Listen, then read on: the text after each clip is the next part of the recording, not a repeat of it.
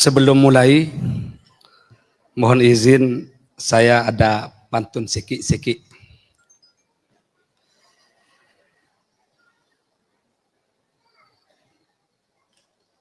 Pesantren Temboro, dekat Jawa Tengah. Kirim salam dari Madura. Syekh Jumadil Kubro adalah kakek bersama penyebar Islam di Nusantara.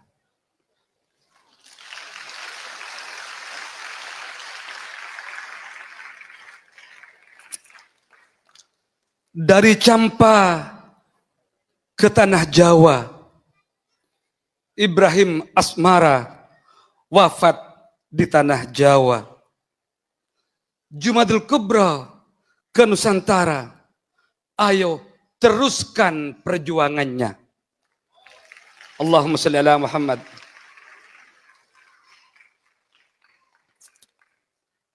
Assalamualaikum warahmatullahi wabarakatuh.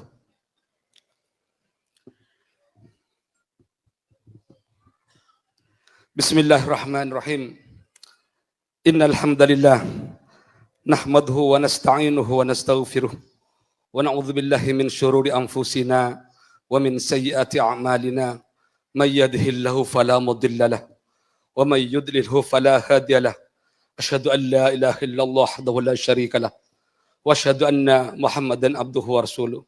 Allahumma salli wa sallim wa barik ala sayyidina wa habibina wa syafi'ina wa maulana Muhammadin wa ala alihi wa sahbihi ajma'in. Amma ba'du. Ashabul fadilah, para alim, para ulama, para keluarga, paman, bibi, kakak, adik, ponaan, sesama dzurriyyah Maulana Jumadil Kubro rahimakumullahu jami'an. Alhamdulillah, saya sangat bersyukur sekali bisa hadir bersama panjenengan semua dalam rangka kesyukuran dan launching terhadap kesekretariatan kekeluargaan Syekh Jumadil Kubro ini.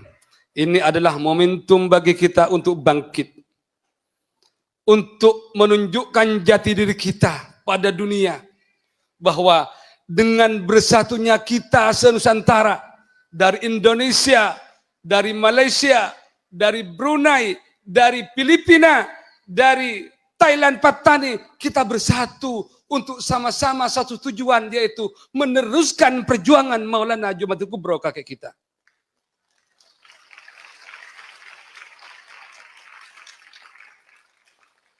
Saudara-saudaraku semua,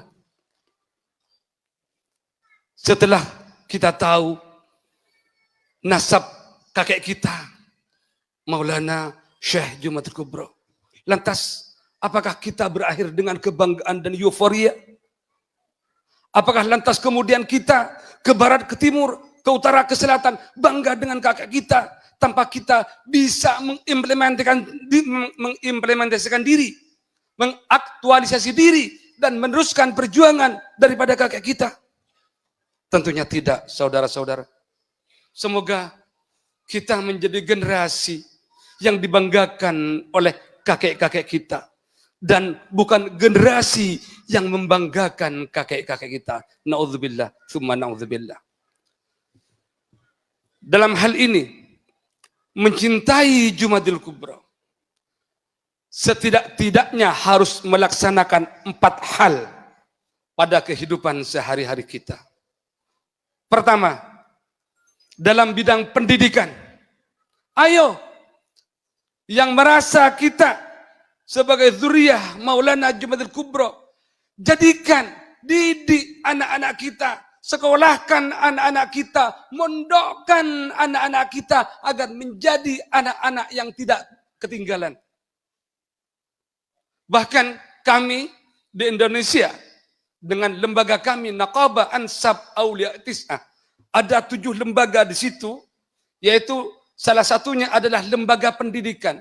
kami akan merumuskan suatu kerjasama antar negara pertukaran mahasiswa, pertukaran santri yang diupayakan gratis. Agar supaya apa? Agar supaya seluruh dzurriyyah Jumadil Kubra yang ada di Nusantara ini bisa bertukar, bisa kerjasama dalam bidang pendidikan dengan tanpa biaya.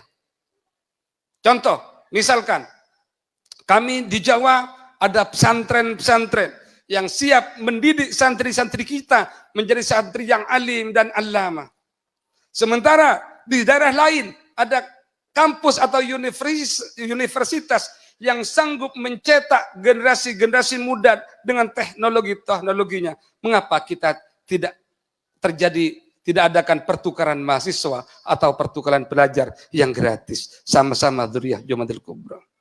Insya Allah kalau kita kompak, Malaysia, Indonesia, Filipina, semuanya, terutama juga Brunei Darussalam ini, kita kompak memajukan cucu-cucu Jumadil Kubra ini melalui pendidikan. Insya Allah anak cucu kita nanti tidak akan ketinggalan dan turut serta membangun peradaban ini ke depan. Itu yang pertama. Yang kedua,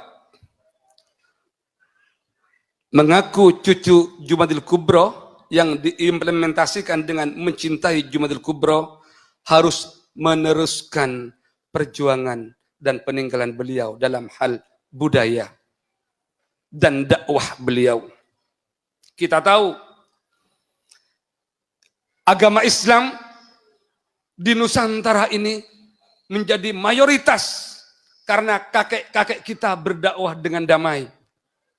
Kakek-kakek kita berdakwah tanpa kekerasan. Kakek-kakek kita berdakwah dengan mengikuti budaya-budaya setempat.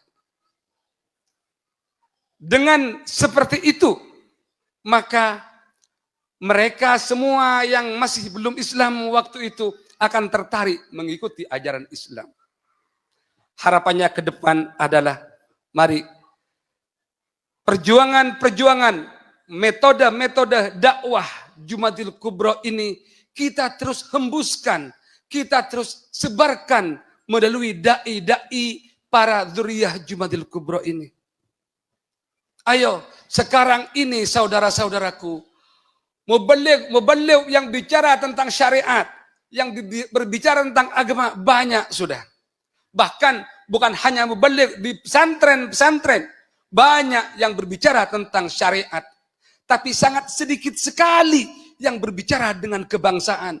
Sedikit sekali yang berbicara dengan sejarah. Sedikit sekali saya jumpai dai-dai yang ahli budaya. Sedikit sekali hal itu.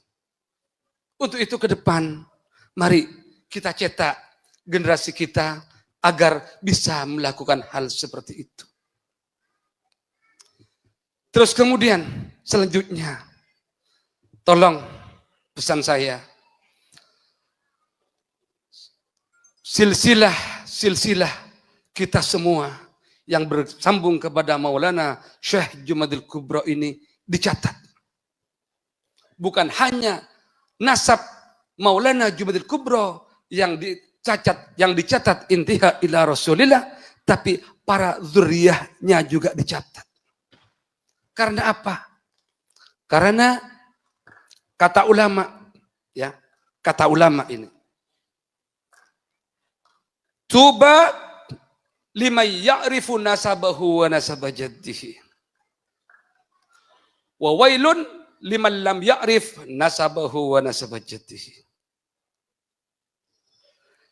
Ayo catat, karena barang siapa yang mencatat silsilahnya akan mudah bersilaturahim, akan menjadi mahabbatun fil ahl. Sehingga apa? Sehingga saya yang mencatat silsilah saya sampai generasi kesekian, orang Melayu yang mencatat silsilahnya sampai generasi kesekian, terus kemudian bertemu dalam satu forum, ternyata kok mereka walaupun jauh Indonesia dengan Malaysia merasa dekat, merasa satu darah, yaitu darah Maulana Jumadil Kubra. Ini penting silsilah ini. Karena apa? Karena silsilah ini bisa menjadikan kita suatu kekuatan. Dan dengan silsilah ini, dengan persatuan, dengan silsilah ini kita bisa bersatu. Dengan bersatu kita akan menjadi kuat, dengan kuat kita akan menjadi menang.